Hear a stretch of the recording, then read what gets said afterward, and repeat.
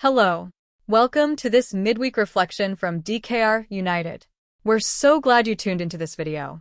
To make sure you don't miss any of our new uploads or live streams, be sure to click the subscribe button.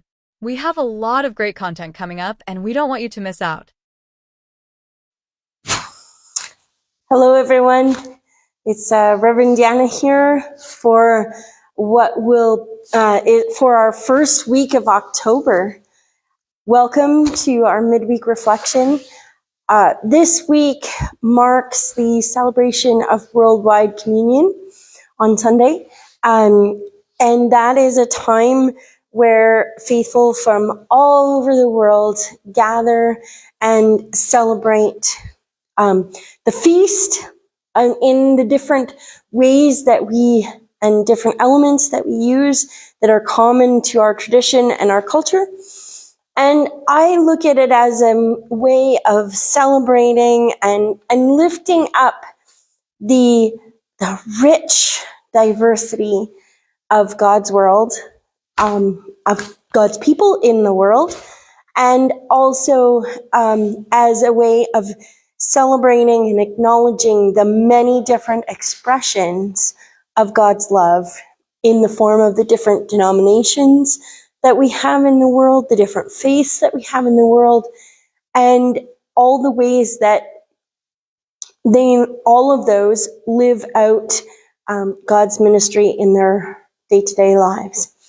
And so it is then an opportunity for us to notice the diversity around us, to celebrate the expressions of love in our ministry, in our time and place, and to just to continue to be aware of that. And it's fitting, I think, that this Sunday is now coming immediately following Truth and Reconciliation Sunday, because Truth and Reconciliation is about honoring the traditions of another, honoring the beliefs of another.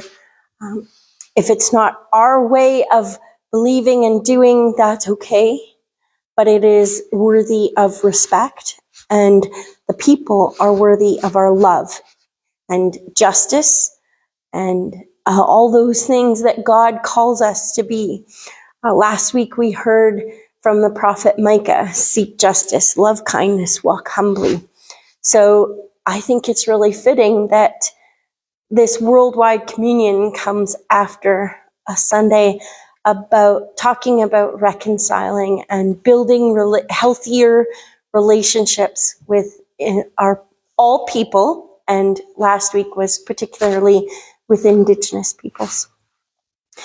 I have in front of me a communion plate or paten and cup or chalice, and they're sitting on the Métis sash that I was gifted several years ago. And I also have a candle to remind us of the light and the promise that we are to carry God's love with us always.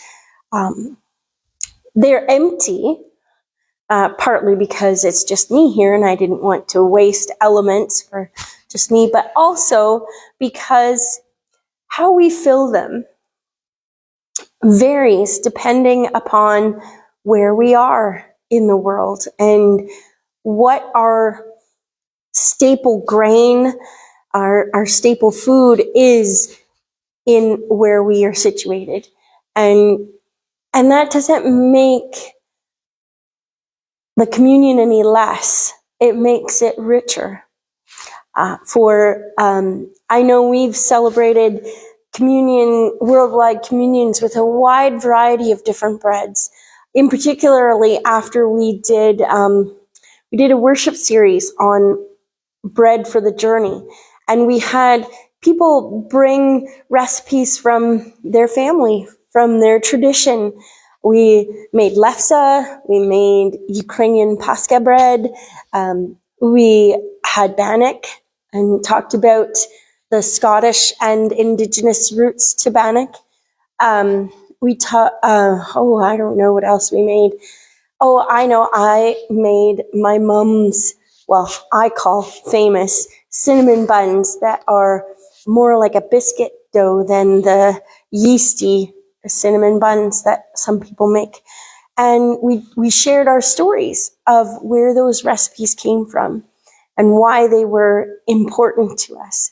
And then it kind of culminated on this coming Sunday for Worldwide Communion. We had lots of those different breads that people could share and partake in, representing the different stories, the different heritages around us, all like in our own small communities. And so, yeah, this week we were looking at the passage from 1 Corinthians 13.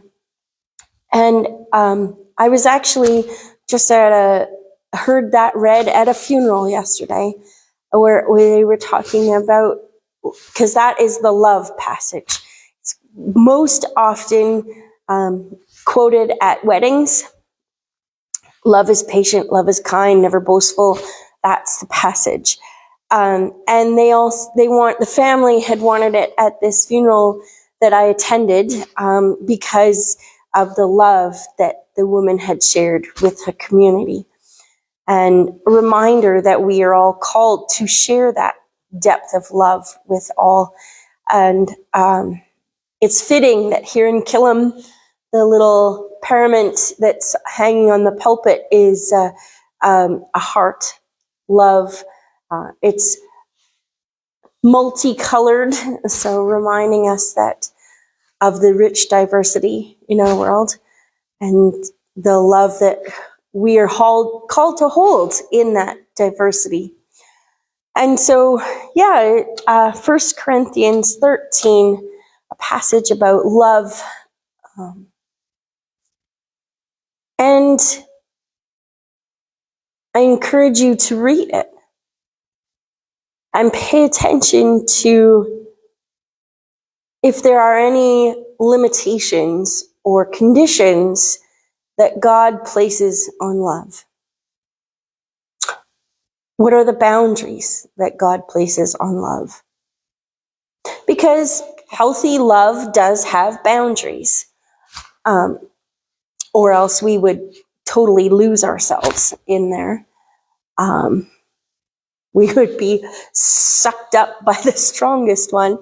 And so I encourage you, like I said, to read 1 Corinthians chapter 13, to look at that passage with an eye to what are the boundaries or the conditions that God calls us to place on love. And then to think about what are the boundaries and conditions that we place on love, personally, or as a church, or as a community, or as a country, and then to sit down with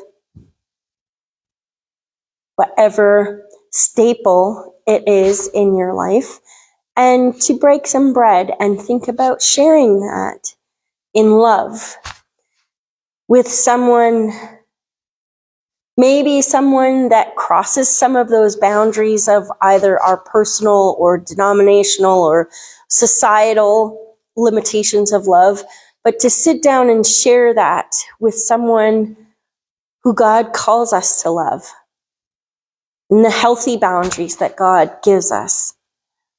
And to think about what that would be like if we could share love like that. I was watching a silly little show on Netflix last night. I was tired, and so I was watching the show to relax.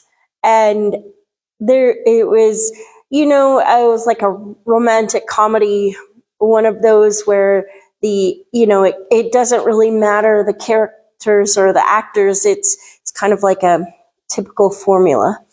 And boy meets girl, or person meets person, and falls in love.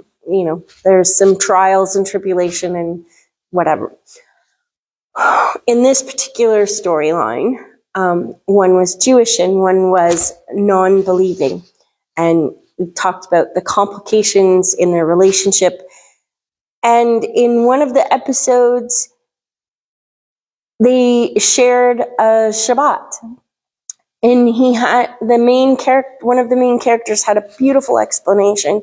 There were 2 candles. That's why I have a candle. And he said, we light them at Shabbat. There's several reasons why we light them. The one that he liked was that the candles represented the temples in Jerusalem. So for us, the candle represents our church. And as we know, buildings fall down, buildings get burnt down, like the churches in Jasper. Temples get destroyed, like in history, like in the wars around our world, even still today. Temples and churches get defaced. And they said that doesn't matter. The buildings can crumble. That's not what's important. What's important is gathering with people that we care about to share a meal in love. And so this worldwide communion, on the heels of Thanksgiving, as we are preparing to gather with friends and family to feast and celebrate the harvest. However and wherever you gather, may you do so in love, and may you know that God's love is with you always. Take care, God bless, and have an amazing week full of rich diversity and love. Bye. Hello. Thank you for watching our video. If you enjoyed it, please give it a like and subscribe to our YouTube channel DKR United. When you do this, you will be notified when we post new videos or go live on YouTube. If you haven't already, be sure to check out our Facebook page called DKR United Church to see our local events, worship services, information, inspiration, and so much more.